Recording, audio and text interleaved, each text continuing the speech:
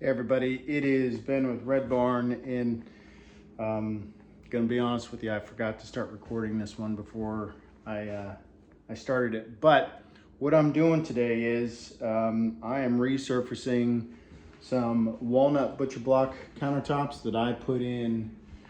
Oh, it's been 8 or 9 years ago now, and these have just regular old polyurethane. This is before I discovered UV coat from Ecopoxy. This is before I discovered Odies oil as a top coat. And these just have regular old polyurethane. And I'm gonna show you that they've worn the way I expect polyurethane would wear for a countertop.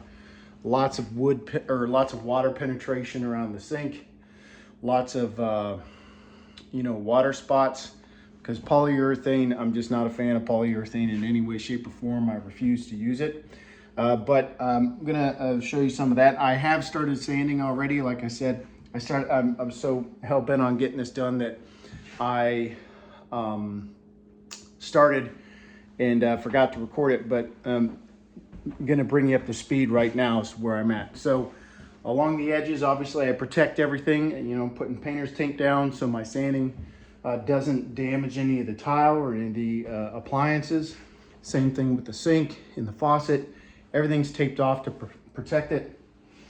First, I went through all the edging with my Festool, let's pull it out here, sorry. My Festool RTS 400. This little guy. You can see the sandpaper is already pretty worn on that. But I started with a 220 grit actually with this on all the edging. Any spot where I felt like my orbitals wouldn't be able to get into, I used this guy. All those crevices back in there. Around the faucet, I'm gonna have to hand sand all that. And there's a couple tight spots here.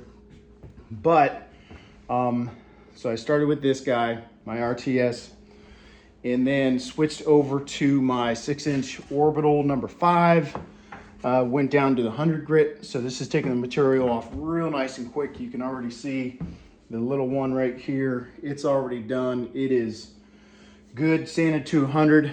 I'm gonna sand all this to 100. Then I'm gonna come back with Star Bond and any putty and any large cracks, because sometimes, if you didn't know, butcher block will move laterally and you will get some shrink with butcher blocks. So I'm going to go back and do any crack fill, let that set over lunchtime, and then come back and sand this whole thing down to 500, and then apply my Odies oil. And then we're gonna put Nanotech over top of this as well from Blacktail Studios. So be a little bit of video of me here sanding, but for the most part, you can get an idea. Go around the edges, all the straight edges with this RTS, so I don't tear stuff up, because the orbitals will get aggressive and they'll hit that tile and they'll put marks in it. And just make sure you're always protecting everything. Painter's tape, Frogtape specifically, I find it to be the most effective painter's tape. The 3M blue tape is just, it's not very good product, my opinion. The Frogtape is a much better product, but I'm gonna go ahead and keep doing this. I'll video some of this while I'm taking off the rest of this, and you can see how well this 6-inch orbital takes the material off. All right, talk about it here in a little bit when we start doing some crack fill. Gonna video that, and then some of the hand sanding as well, and then obviously the Odies application, and we'll see how she looks when I'm done here at the end of the day. Thanks, bye. Well, here you can see I found a video of the countertops before I started sanding on it. Sorry, it's in vertical, but you can see there's some pretty good wear on there. They are 8 years old, but a lot of water damage. The polyurethane just does not hold up to water. And getting some water penetration in that wood. So that was really what led us to resurface this. the Odies in Nanotech are going to do far, far superior work than the poly. Just not a fan of poly. This was a binary poly. It was supposed to be good, but just didn't hold up.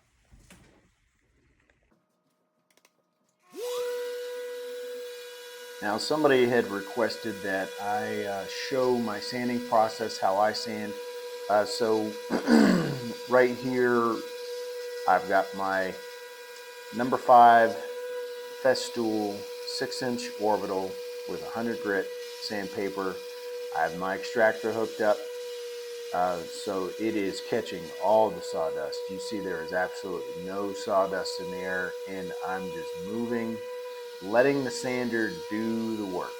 I'm putting some light pressure on it, but letting the sander do the work. It is taking that material off, rolling that edge, getting all that old finish off, and letting the sander do the work. I know that it looks like I'm really pushing down, but I'm not. It's just a comfortable position for me, how I sand. One of the things, and I'll talk about it again in the video here, that I see on a regular basis is people not letting the sander do the work. You obviously, with a big sander like this that's aggressive, you've got to keep it moving or you're going to get ruts. But you also don't want it to move too much. I see lots of people moving their sanders way too much, not letting the sander do the work, and it's actually making the process go longer. While I have you watching me sand off this polyurethane, I would just want to remind everybody to please like and subscribe, share our video, follow along here on YouTube. We really, really value every single new subscriber, every single new follower. I'm going to be continuing to roll out great new content, seeing how I do what I do. You can see here, resurfacing these old butcher block countertops and bringing them new life, and uh, with every subscriber we gain, it brightens our day. So please be sure to follow along, be sure to subscribe, be sure to share, because we're not doing the content just to make content. We're doing the content to help people see what our business can do, and from countertops to custom front doors to custom kitchen tables and so much more. There's so many things that we create here at Red Barn, and every subscription, every view helps bring more people to our American-owned, American-made business. And really appreciate everybody and all that you do. I'll let you watch the rest of this video of me sanding away at 3 times speed. It took about 17 minutes to sand off this little portion, but considering everything in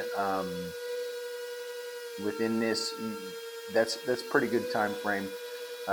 One single piece of sandpaper and just rocking and rolling with this fantastic product from Festool. There is no better sander on the market. Nope, no better sander on the market. I will go toe to toe with anybody on that one. These Festool sanders are the absolute best. Nothing better. Like driving a Ferrari. So good. Well, I guess Festool is a German-made company, so we'll say it's like driving a Porsche. There you go. Driving a Porsche. Everybody enjoy. All right, everybody. So the sanding is totally done. You can see here, got the sanding all done with the Festool 6-inch orbital number 5. Hands down, the best sander on the market. My opinion, best sander in the market. Festool sanders, specifically my number 5 6-inch orbital, I feel is the best. I got my extraction system on it. There's no dust in here. There's nothing. So clean. Everything comes off so good. But next, I'm going to do a little bit of hand sanding around the smaller stuff that I couldn't quite get to, the detail stuff. And then also going to start with the crack fill with the Starbond binary. And then for the bigger stuff, we're going to use just some standard old putty. So I'm going to go through and get any spots that have opened up over the last 8 years, which happens sometimes, especially when there's water exposure with the sink. So I'm going to start doing that. And then once that's all done, then I'm going to start sanding this uh, up to the 500. So everybody enjoy, get some good Starbond footage here.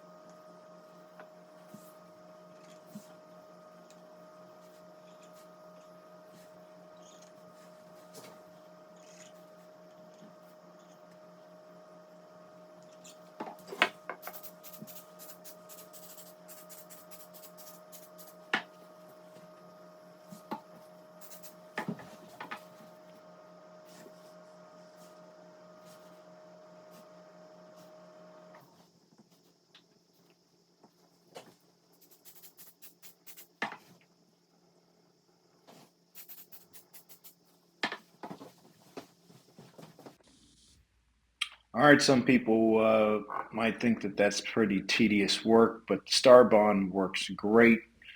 Such a great product for doing small crack fill. You don't have to mess with the whole epoxy and all the cure time. The Starbond bonds out in just a matter of seconds, and it's sandable. Here in a second, I'm going to show you how it sands out. You can see all this lateral movement cracks.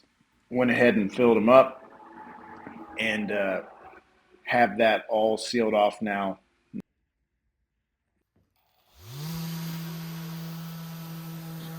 Just want to show you how easily that Starbond seals off. I've got my sander going, and it just comes off real nice and easy, just a matter of seconds. You can see, there you go. You're just gently just trying to get the top portion off. You don't want to overdo it to where you remove all of it down into the crack, but you're now sealed off, sanded, nice and ready for the next step of sanding. Starbond, great product, love using it. In larger applications, obviously, I go with epoxy, but in small applications like this, Starbond is a great product to use. You can see it is now silky smooth. Oh yeah, hand over it, ready to go.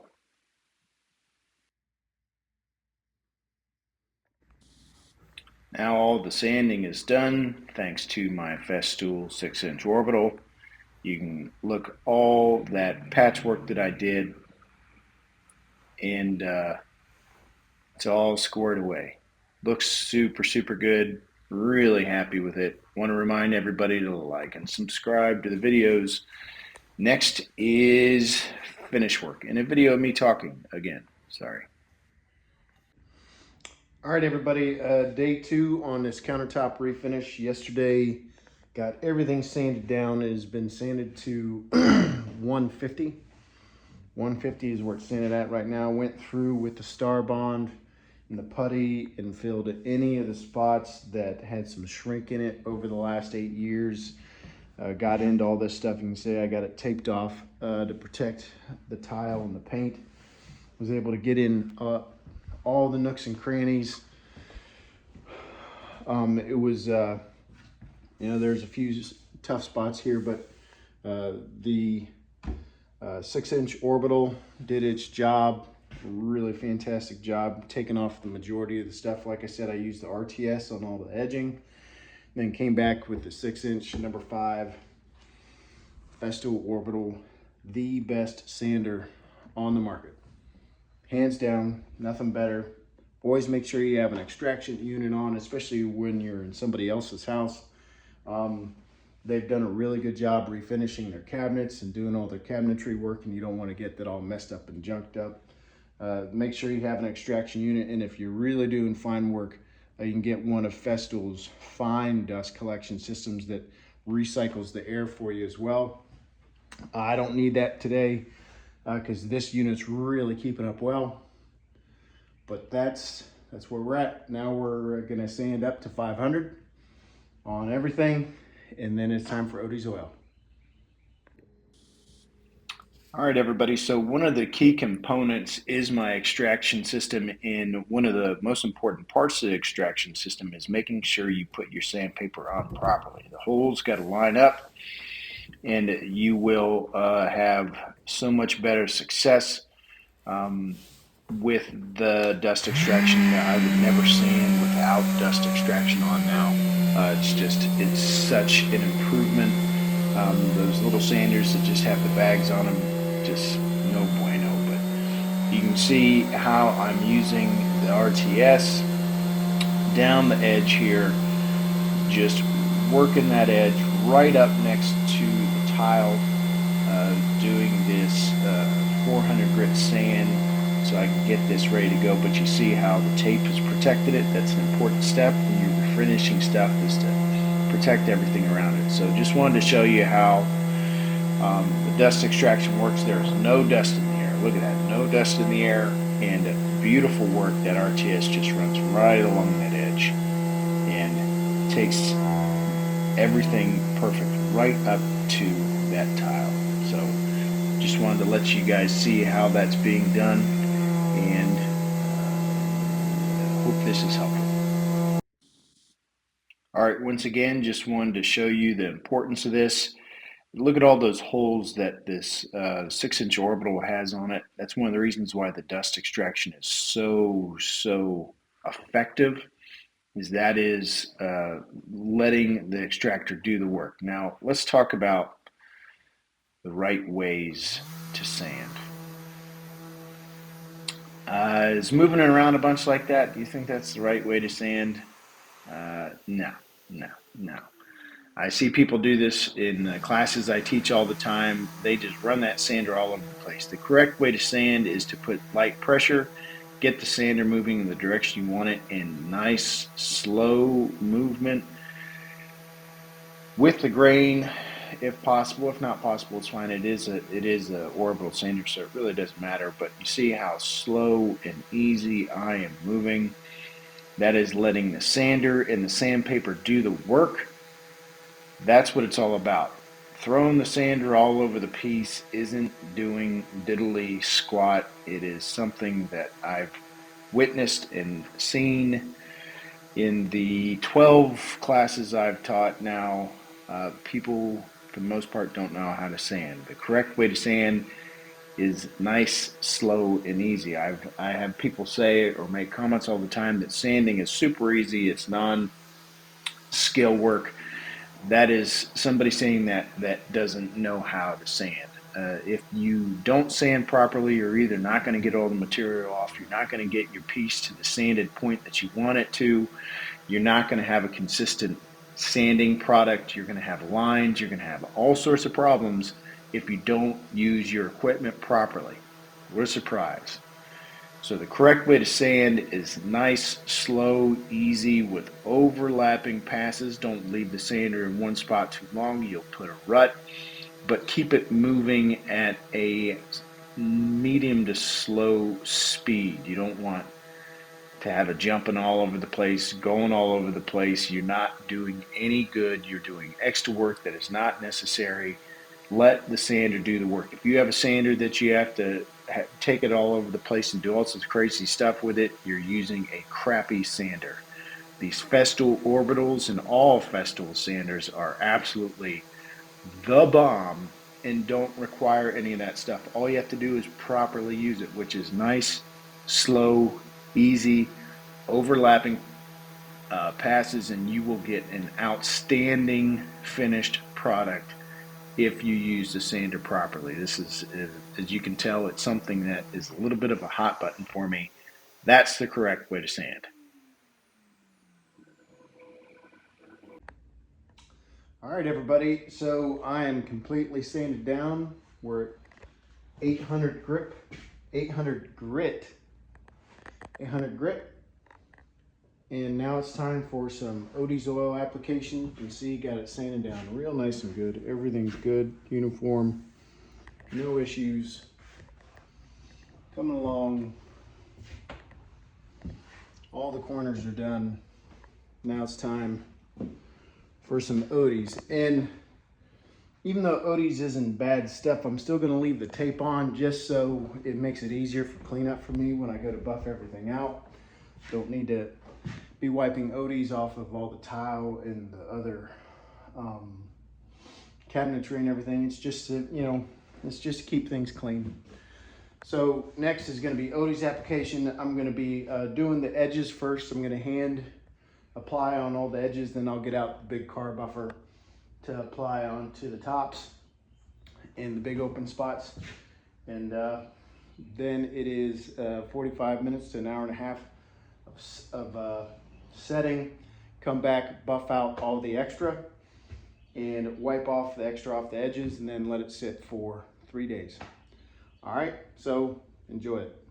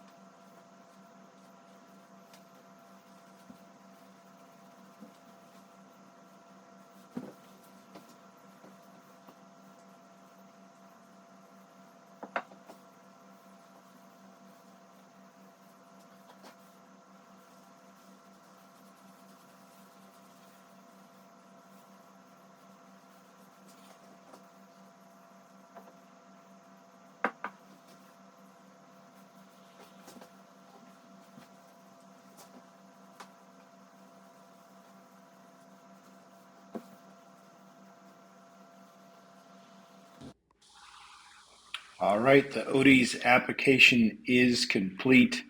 I didn't show the whole video of me applying it because it takes a super long time. I did use a power buffer to put the majority of it on the hand. The hand portion took a second, but that Odies is absolutely spectacular. Looks so good, brings that color out, and it is a wonderful protectant. It is a product I'm extremely uh, just love it. It brings out great stuff. Thanks for watching the video. Please be sure to like and subscribe, share our videos, and look out for the next one that's coming out. These countertops turned out great. Thank you so much. Everybody have a great day, and see you next time.